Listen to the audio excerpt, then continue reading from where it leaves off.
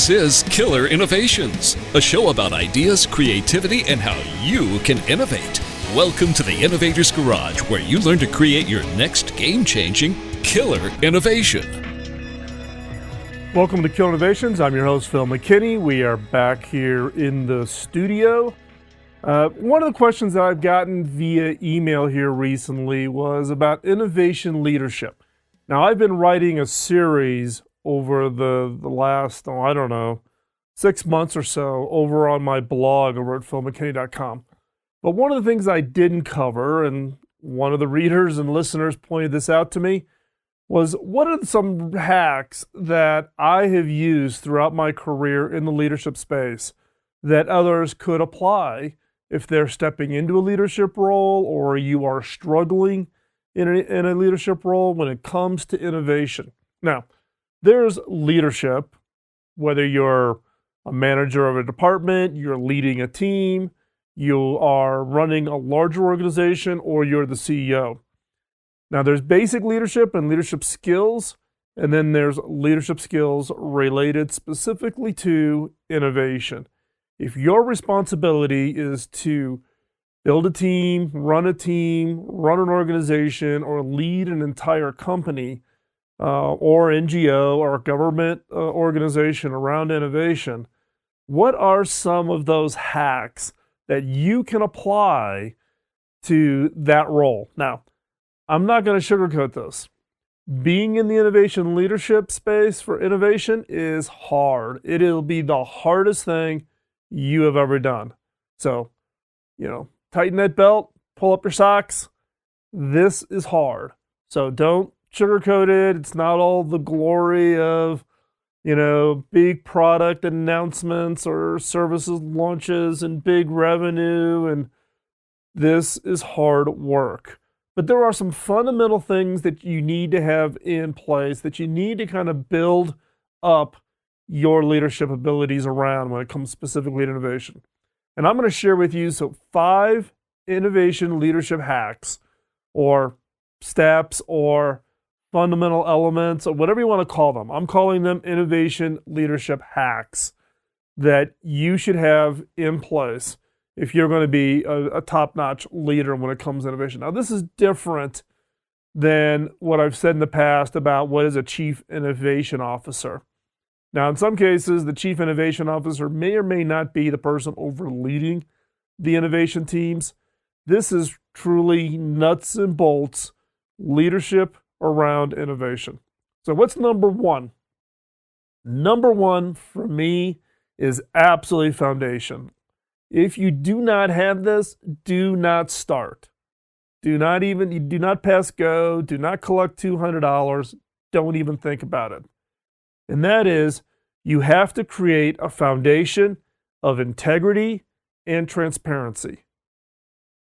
This is absolutely foundational. Why? Because you're going to have the innovation antibodies coming after you and your team. And you have to have a level of trust as a leader that is 10 times more than any other leadership role. Because you and your team are going to be under constant attack. It just comes with the job. Think back in a role that you had, most likely before you were even in the innovation space, where someone, a manager, a leader in an organization, someone you looked up to, was dishonest, did not show integrity. How'd that make you feel? You pulled back. You didn't lean in. You kind of reevaluated whether or not you should move forward. You hesitated. None of those things can even enter the thought process when it comes to innovation within your organization. So, integrity and transparency. You're the leader, you need to act like one. You need to have a level of integrity and a level of transparency. You need to have that open kimono where you're showing it all to everybody, what's going on, how you're doing it, the decisions you're doing as part of the process. We're going to talk more about that here in a minute. But step one, and I'm pounding this. I know you're probably saying, okay, Phil, I get it. Get off of this. No. This is absolutely foundational. You need to take an honest look at yourself, and you need to take an honest look at your organization. if this is not part of your organizational culture, the odds of you being able to lead an innovation team that has high output is not existent. So you need to make integrity part of the culture. If it's not already part of the culture, you need to make it part of the culture. And you also don't forget about transparency. And I put those together very specifically. Because if you're transparent, it's hard to play games. It's hard to hide. It's hard to play, little quick things under the table if you're transparent. So transparency keeps you honest about your integrity. Now, why is this important? Because you're asking people to step up and do the absolute hardest thing they have ever done in their entire lives. Coming up with new products, new services, solve a big problem, solve world hunger, whatever your innovation agenda is, you are asking people to do the absolute hardest thing they have ever done. You owe them to be transparent. You need to be able to share everything with them, right? Here's an example. In my current role as a CEO, I made the conscious decision, and I've had this as kind of, again, one of my foundational things is being transparent keeps a check and balance on me, right? Not that I've would ever, hopefully I would never knowingly be less than truthful or have high integrity. But we all need those checks and balances, and transparency keeps me honest, right? When I know that I've got to share what it is I'm doing and how I'm doing it and all the decisions I'm making, it keeps me on the straight and narrow when it comes to that role of integrity. So what are some examples? One is for instance, is budget. The budgeting process, how much we're spending, but more importantly, as part of that budget, but as part of all of our activities, for instance, with the board of directors, I will always show the slides and the materials that I am going to share to the board with all of the employees first before I even show it to the board of directors. Right?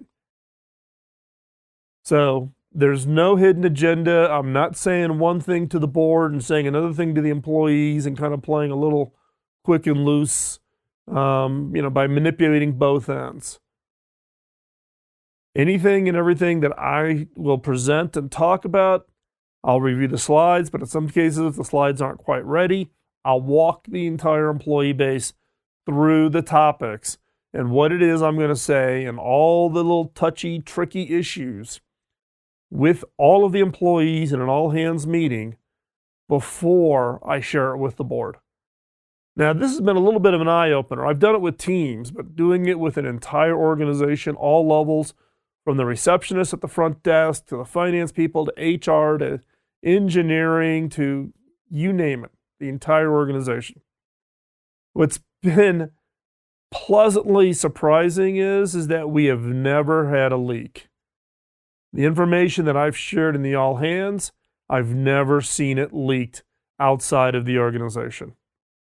It's that building of trust. You're asking people to do something really, really hard, and therefore you need to trust them. They need to trust you, and you do that with integrity and transparency. Now, there's a lot of other things that you need to be transparent on, not just budget, but objectives. What does success look like? Be clear on how you personally are going to measure success when it comes to the overall programs and projects that you're looking at. So, again, I know you're thinking, okay, Phil, you've beat the horse down to the hooves on this thing. I know, but let me tell you, I've seen organizations, I've been called in to do triage on everything from large multinationals down to smaller companies who've, struggling with their innovation. And when I look at their foundation, they're trying to build an organization that has high innovative impact on quicksand. And the quicksand is is a fundamental lack of integrity and a lack of transparency. You can't build trust, which is critical for the innovation process. If you don't do that, don't start. Don't even think about it. It's not worth it. Go fix your integrity and transparency problem, then come back and think about how you're going to do your innovations. So, we're going to step out to a quick commercial break. When we come back, we're going to continue the conversation on the 5 innovation leadership hacks that you can apply to your organization today to be successful. We'll be right back after this quick commercial break.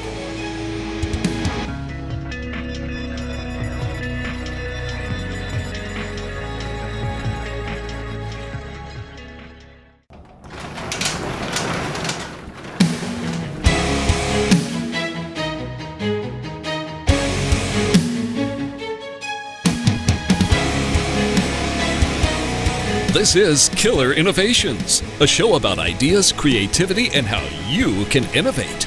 Welcome to the Innovator's Garage, where you learn to create your next game-changing killer innovation. Welcome back to Killer Innovations. I'm your host, Phil McKinney. We're talking today about the 5 innovation leadership hacks that you can apply to your organization to be successful in being a leader of innovation and to lead your organization, your team, your company, your nonprofit to innovation success. So, we talked about number 1 in the last segment, which was to create a foundation of integrity and transparency. So what's number 2? Create a sense of mission. Make it more than just leading innovation. Make it more than just coming up with new ideas. Make it a mission. Answer the question that they're going to ask. Anybody that you're trying to recruit to your team, they're going to ask you this question. Why this is the most important thing they've ever done? Why should they sign on? Why are you asking them to climb Mount Everest? Why are you asking them to solve world hunger? You need to frame the mission of the team, the mission of the people that you're recruiting, into something that you can engage their passion on. Something that they are just absolutely going to commit heart, soul, energy, everything to be successful. Now, the way to do this, and the way that I do this, is I create it in the form of a BHAG, the bold, hairy, audacious goal. Now, what I've learned over my career is that when I properly frame it as a BHAG, and I raise that bar of the expectation, put that in the context of a real challenge, I have been blown away by people's ability and willingness to step up and achieve. To step up. People want a mission. They want to achieve that long-term success. So what is a BHAG? Now, I've done a bunch of past shows on BHAGs. I've written about it in the blog. There's a chapter about it in my book. So I'm not going to go in to all the details. You can go check out all those materials. So over at philmckinney.com for the blog, Killer Innovations for the show. And if you're not aware of it, we actually have a site for the book called beyondtheobvious.com. Where actually weekly we pull out excerpts from the book. So you can actually, I think the BHAG's already been posted, so you can go over and search and literally read the entire chapter on BHAGs without having to buy the book. How's that? But you have to frame this. Now, a BHAG is a challenge. It is a very short statement that establishes the challenge, the clear goal, and communicates what does success look like if that goal is achieved. Now, the absolute best BHAG example that I've ever heard and have ever seen is John F. Kennedy's BHAG to establish the mission to put a man on the moon. So John F. Kennedy is standing in front of the U.S. Congress, and he puts the challenge out. And the challenge is that before the end of the century, we will put a man on the moon and return him to Earth safely. That's it. That was the entire BHAG that started the space race, that started the whole program with the Mercury astronauts, the Gemini astronauts, leading to the Apollo astronauts, Apollo 11, Neil Armstrong, Buzz Aldrin stepping on the moon, but success was denoted by bringing them home safely. And what's really interesting here is a BHAG is defining the how, or the what, defining the what and the why. It does not establish the how. John F. Kennedy didn't stand there and say, we're going to do it with a 3-stage rocket and a slingshot process around the moon. He didn't define that. He defined the goal, and he left it to the scientists and the experts to define the how. The key with setting this mission is you want to create what I call success memories. When people get on the other side of the project, how are they going to feel about this? Now, I've had a bunch of wildly crazy success memories, things that I lived through, like being one of the founders at Telligent, launching that, growing that, doing an IPO. Many years after Telligent, I still get emails from people that are colleagues from Telligent saying, wow, I've been looking for the same experience that we had at Telligent, because they have that success memory. HP, big success memory for me. OmniPoint, first GSM wireless carrier in New York. I was supposed to go help out for 2 weeks. I stayed 13 months to oversee the launch of OmniPoint in New York City, right? Success memories. Create those success memories. The other is so number 3. Number 2 is create a mission. Number 3, be clear with priorities and objectives. Set clear objectives. Now, the way I do this is I use what's called the Eisenhower matrix. And the Eisenhower matrix is a 2x2 grid. The left-hand side, lower part is not important. The upper part is important. Horizontal columns is urgent and non-urgent. So you get a 4-box grid. So things are up in the upper left-hand corner that are important and urgent are the things that you focus on. So these are very, very important goals, vital customer calls, major deadlines, pressing problems, crises. Those are the urgent and important. Things that have to get cleared, or other things down the line are going to fail. Next is the the important but non-urgent. Important but non-urgent. So these are still very important goals, but it's planning, it's continuous improvement, it's professional development, career development, it's coaching and mentoring, both giving it and receiving it. So those are important. You still need to focus on doing those. The next are the urgent but not important. These are, when you've got like a really long objective list, you got to get rid of it. It's unimportant meetings, it's meaningless reports, it's needless interruptions, it's low priority emails. So they're urgent but not important. The key there is delegate. Delegate. Non-urgent, not important is like workplace gossip, busy work, social media, aimless, surfing, time wasters, irrelevant. Cancel those out. Get those off your priority list. You want to focus on the urgent important and the non-urgent important to create the priorities. And I go through this every day. So show your employees how you prioritize, because it helps them make better decisions. And give permission to the team to say no if the ask doesn't fit the objectives and the priorities. Now, I have a personal set of priorities. These are the priorities I apply when I'm thinking about those things I'm working on. And I call them the 5 F's. Faith, family, friends, fitness, and finances. Don't focus on the finances, where a lot of people tend to focus. I put them in this order: faith, family, friends, fitness, and finances. And if I keep those straight and I keep on that track, everything else works out. I attribute my success in my career, where I'm at in my life, to setting both, using the ability to understand urgent important and non-urgent important, and the 5 F's. So we're going to wrap up here. We're going to step out. We're going to take a quick commercial break. When we come back, we're going to pick up with number 4 on talking about the 5 innovation leadership hacks that you can apply. We will be right back after this quick commercial break.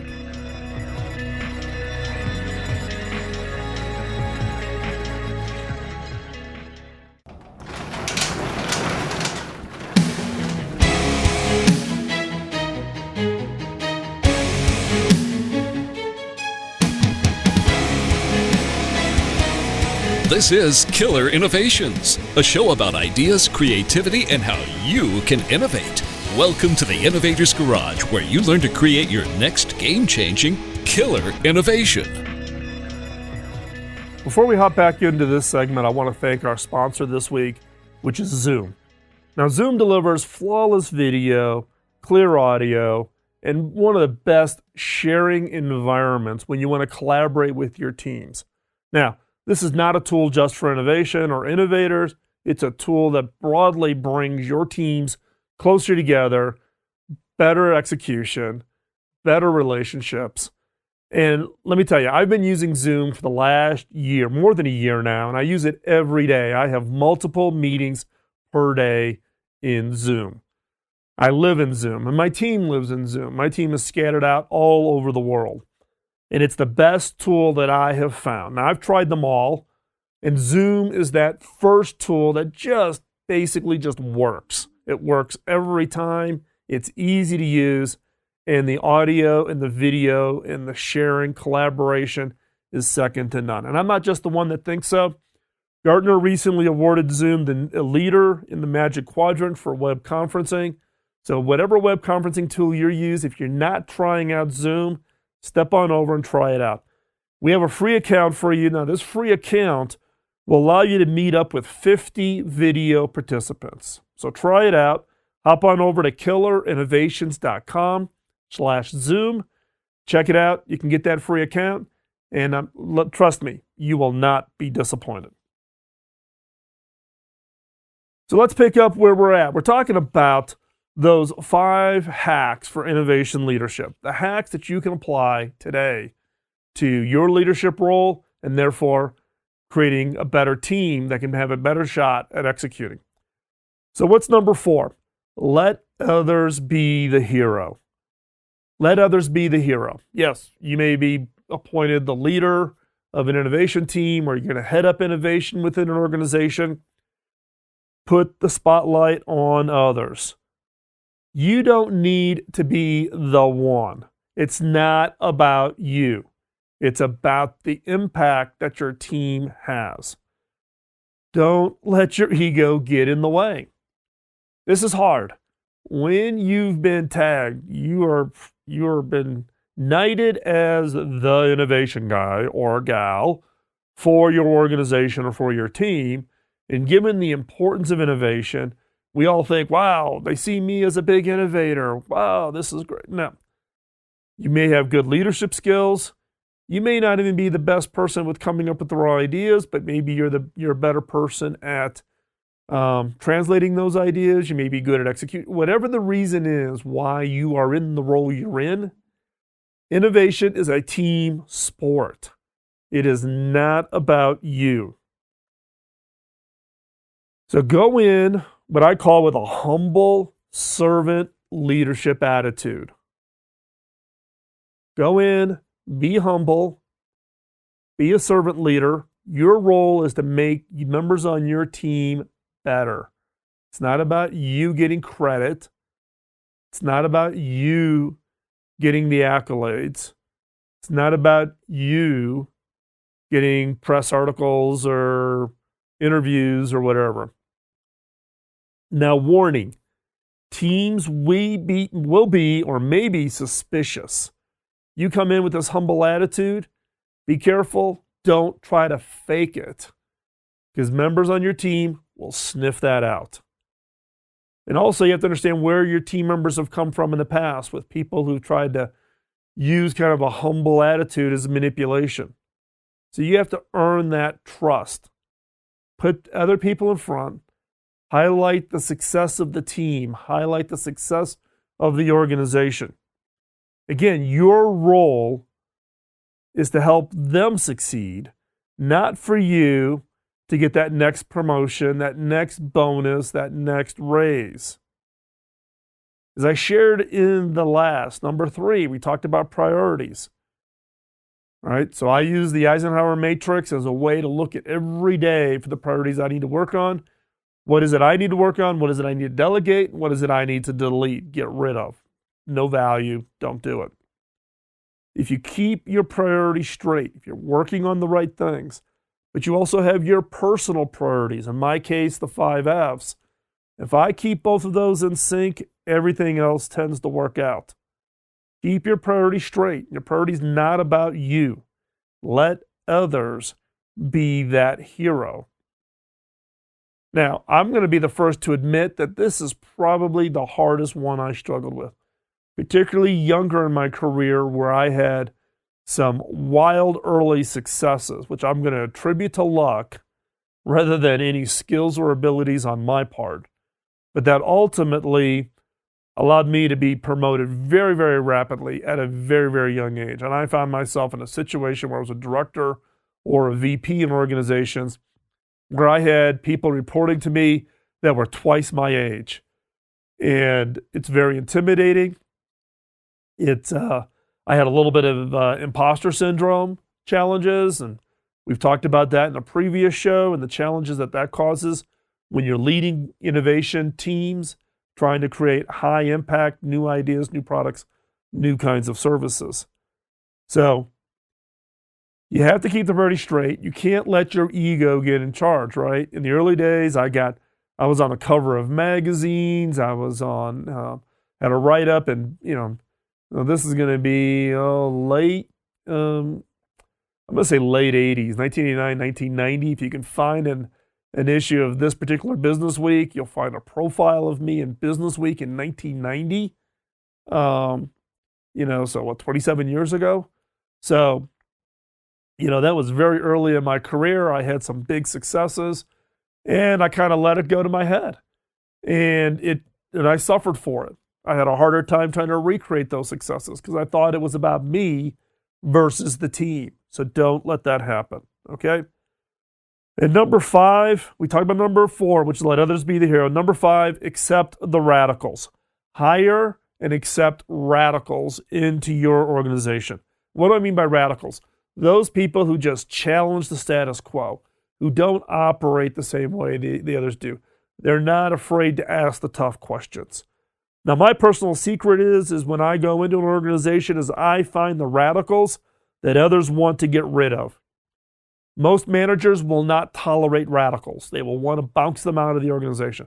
I had one individual who I thought was highly creative, strange, unique, highly creative, moved him into my organization. This was at HP. I had a senior executive who literally would talk to me 3 to 4 times a week and say, "Have you fired him yet?"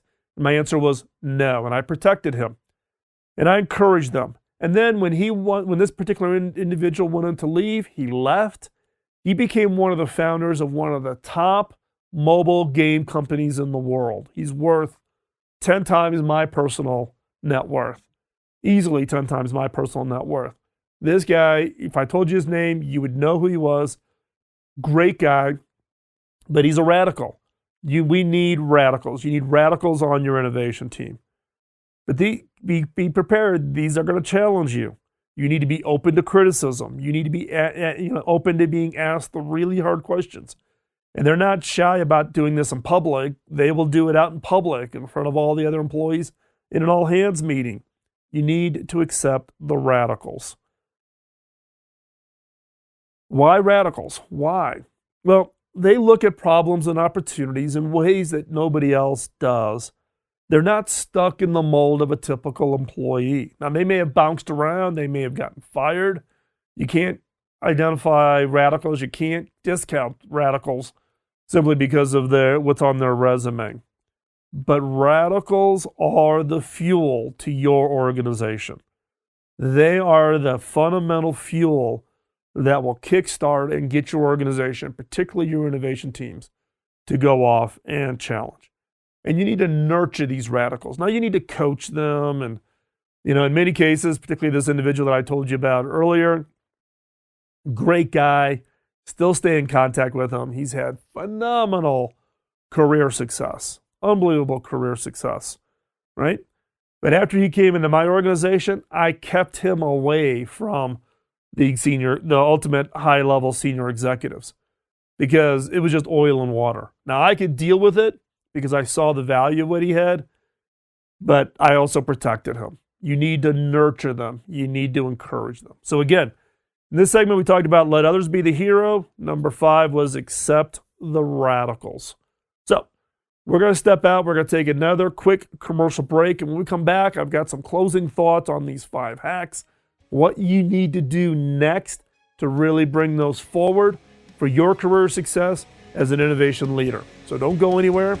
We're going to be right back after this quick and short commercial break.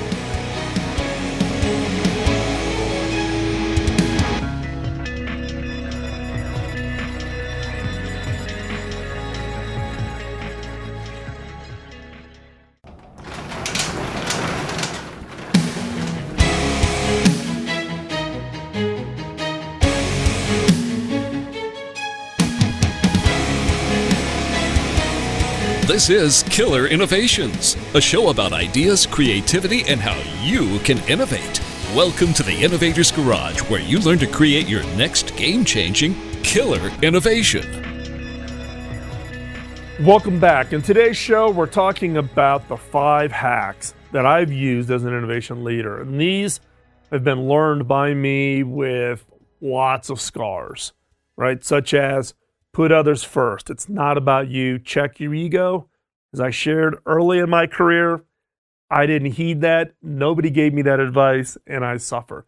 I went through a number of years of what I call the desert, where I had really great early success and then went through a whole string of failures before I kind of stepped back, really was reevaluated what was my early success from as an innovation leader, and then learned to apply that and create these hacks over these years. And this is what's helped me achieve the success that I've had in the innovation game.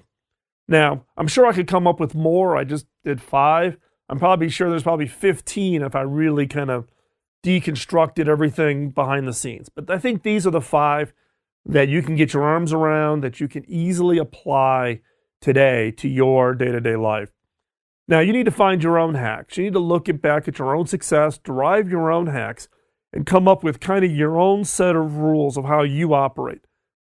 For instance, the first one that I put up was creating a foundation of integrity and transparency. When I look back on my success, my career success, the organizations that I've been part of, integrity and transparency was foundational, was fundamental for that.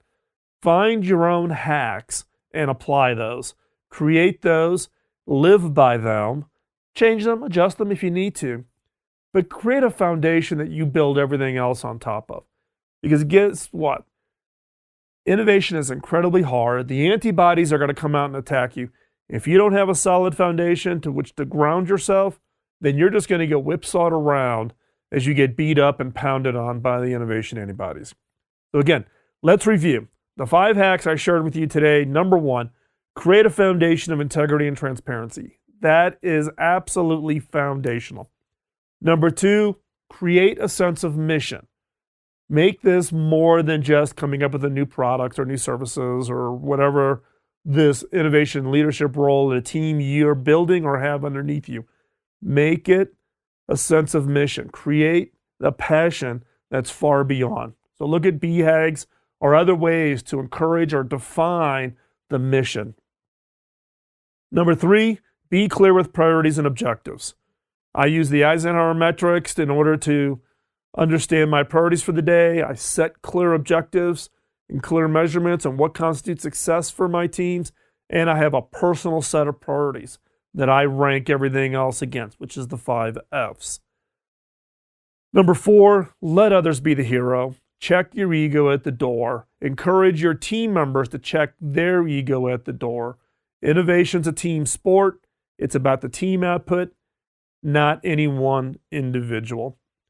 And last but not least, and kind of my hidden secret that I used many times to achieve really great success within teams is hire the radicals. Hire the ones that everybody else wants to get rid of, collect them up. Now you got to make sure they meet with your culture that you want within your team.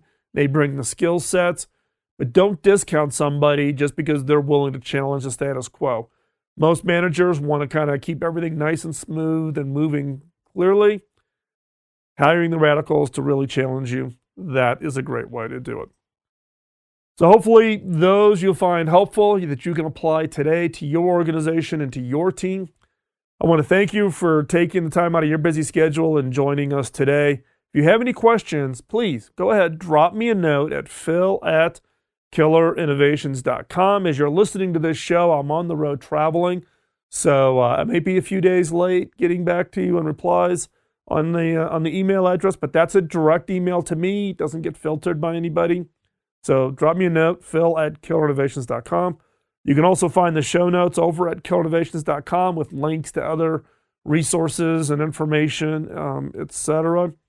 Now, in addition to the show, I post a weekly column on innovation, design, and creativity over on my blog, which is philmckinney.com. So again, check that out. Hop on over to philmckinney.com.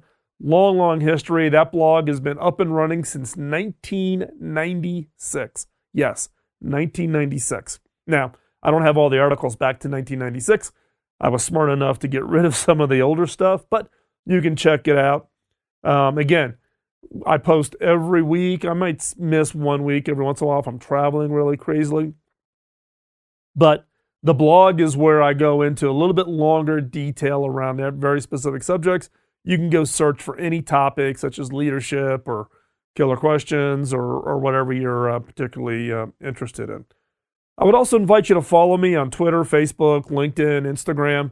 I post there multiple times a day, things that I find on articles, resurrecting content that I think you might find interesting, topics that are appropriate for the day. The best way to do that is just search for Phil McKinney, all one word, over on any of the social media sites, and you should be able to find me. Also, check out innovation.tools. It's the online store. We created this store specifically to start aggregating up tools and content. Now, we don't have a lot there today, but, for instance, the Killer Question Card Deck just came out from the printers. It's the 40 questions in a card deck format. The front of the question is the question. On the back of it is the sparking points. People have been asking for the card deck, for probably more than 10 years. It's finally done.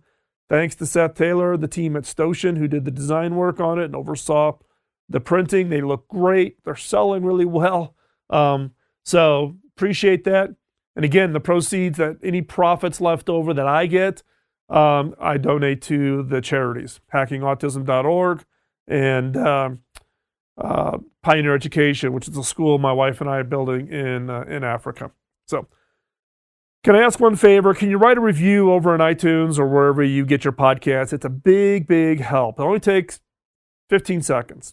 Please hop over there. It's a big help. It lets others know about the show, helps us improve the ranking, helps us attract and help more people win in this innovation game. And just remember, the innovation antibodies that are out there, don't let them win. You and your organization's future depends on it. And I truly mean this. Don't let the innovation antibodies get you down. Innovate each and every day. You and your organization's future depends on it. We'll talk with you next week.